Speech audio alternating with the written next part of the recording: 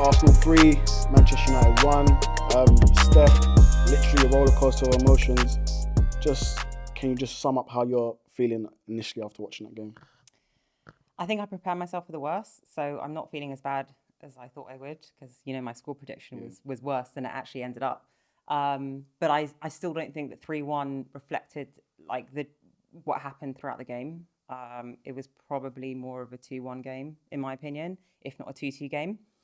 I just think the main reasons for us losing, or I think our downfall, was our inability to keep our head screwed on at the key moments in the game. And this has always been the case. It's like deja vu. Like this was happening last season, maybe not so much, but definitely under Ollie.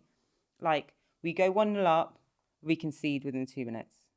Garnacho scores, we think we've won the game in whatever it was, the 85th minute. I think it might have been around about 85th minute. 85th Around about that, yeah. So we think, so Garnacho scores, we think we've won the game, goal gets disallowed, and then we concede again. It's those key moments of the game. I'm like, where is your head? What are you thinking about? Has the final whistle blown in your head already? Because you're still playing a game. So, that's an issue for me, as I'm sure it is with other United fans. Yeah. Yeah, I think it was a tough game for all of us to even watch here in the studio. And as I said, it was a lot of emotion. Do you think that emotions played a part with the players? Oh, 100%. Like going back to what I was just saying, I think 100%, I think emotions did play a big part. I said before the game in a pre-match on the match view, this game is going to be about morale and mentality. And I think given the week that we've had in the news and the media the past 7 to 10 days, with the daily... and you did say that actually at the start of the show, didn't you? Yeah, so with the daily Ben Jacobs Daily Mail story about Glazers deciding not to sell. We'll park that for a minute. Yeah. And the Mason Greenwood story and, the funding around the Amrabat deal and how we could only get him on loan. Probably in a nutshell, we didn't have the window that we hoped we would have. And that has an effect on our players. Because our star quality players, they're going around thinking, hold up, I was promised that we're going to challenge. I was promised, I worked my arse off last season. We finished third. I was promised that we're going to bring players in. I was promised this and that. They're not promised shit. Excuse my language. They're not promised shit. Yeah. I mean, whether that's down to the Glazers or whatever you want to talk about, that's another issue. But morale played a really, really big part. And again, mentality played a big part within the game specifically when we went a goal up and when we thought we went 2-1 up and we got the goal disallowed. We need to practice on that. There any players that actually stuck out for you today? Because, as you said, there was hardly a bench. On the bench, we had, Johnny Evans, Maguire, we had Palestri on there, we had Garnacho. Was there any players that stood out for you today? Listen, yeah, I got censored. I got censored by KG while we were watching the game because I said, it's 2023, we got Maguire and Evans. And I was told to be more positive. Come on, stop with the pessimism, all of that shit. What happened? You tell me what happened, okay? Maguire and Johnny Evans come on and we concede 2 goals. I'm not saying that those goals were specifically down to those 2 players. But again, let's go back to the morality, the morale and the mentality. When those 2 players come on the pitch and you see Arsenal fans laughing because we're bringing on Maguire and Evans from the bench, that says a lot about our mentality when we just dip our heads. There's no longer any Martinez at the back to command the back line. There's none of that. Yeah, I fully agree with you. I think when Martinez came off, we did see, Man United weaken in terms of moving the ball from the back into the midfield. But let's look at the positives. Was there any positives that you took from this game? Rasmus Højlund does get a debut today. Yeah. But what was your positives? So my 2 stand-up positives. One, the team in more general. I think in the first half, I was expecting us to crumble under the initial attack from Arsenal. I thought that we would concede really, really early. We didn't. We kept the ball. We had 67% possession in the first half. I was very pleasantly surprised by that. It's just that we didn't do anything with it. Now, I'm remaining positive. That's something that I want to see more of. As in, I want that to be an upwards trajectory within future games. Playing away against the top 6 teams, I want us to have more possession.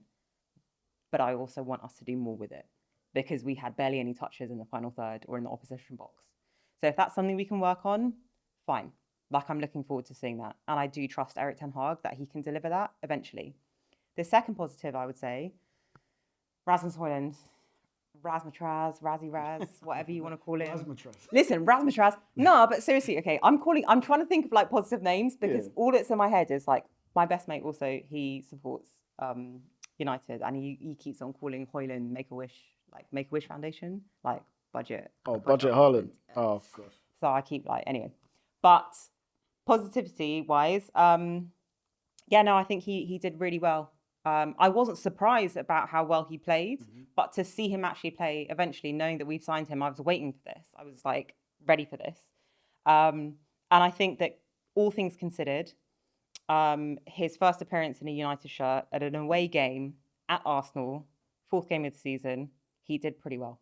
He really did. And I think that our whole attacking base has changed. Once he came on, I thought that we were more confident and more fluid in the final third. I actually think his hold-up play is on par, if not better, than Martial's. But you know what?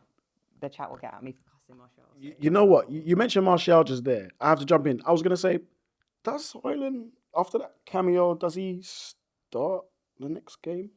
I would like him to start the next game. However, knowing Eric Ten Hag, he's not going to start Højlund. He's not going to start him. He's going to ease him in gradually, like he did with Martinez, like he did with Casemiro, because Casemiro was on the bench for time, like when Scott McTominay was playing pretty well at the beginning of the last season. He won't. I don't. In my opinion, I'd want him to start the next game. I mean, the next game is against Brighton, so. Yeah. You know what? You know what? Just within saying that, we just need to get players back. I think as well. I think we need some players back. But today, 3-1, and let's just quickly get. What did you make of Ten Hag today? What do you think? How do you think he affected the game? Look, with the first half, I would say this. I think tactically, Eric Ten Hag did what he had to do with regards of starting, like the starting 11. We don't have much. We've got a lot of injuries at the moment. So that's neither here nor there. Yeah. I did think that Wan-Bissaka and Dalot were used positively. I was probably expecting Saka and Martinelli to have more control on the wings. But I think like that balance was actually, it worked out really, really well. Perhaps that was because Casemiro was dropping deeper. Casemiro was dropping deeper and helping out the defence, which allowed Dalot and Wan-Bissaka more freedom down the wings. So I thought that was really good. I think with Eric Ten Hag, I was really disappointed to see Maguire and Evans come on. And I know, like, you're going to say, oh, we don't have much else. But it's kind of like, could we have kept Lindelof on? Like, could we have kept Lindelof on for just a bit longer? That's the thing. We don't know the extent of any injuries or reasons why the players have come off. We're just reacting to this literally just after the game. But yeah, I think, it's going to, depends what happens with them, it's going to really affect our season, my opinion. 100%. But then again, listen, this all goes back to the Glazers. Sorry, final comment. Final comment. This all goes back to the Glazers. If we'd have brought in more signings and strengthened up our squad, the entirety of our squad and our bench, not just getting second team players to fill in here and there, but if we had a solid bench, we wouldn't be having this discussion about bringing on Evans and Maguire. Yeah, no bench. Do you know what I'm saying? No bench, yeah. Where's the Kim Min-jaes? Where are they? Nowhere. Yeah. I agree. So it looks like no bench is close this game. No bench.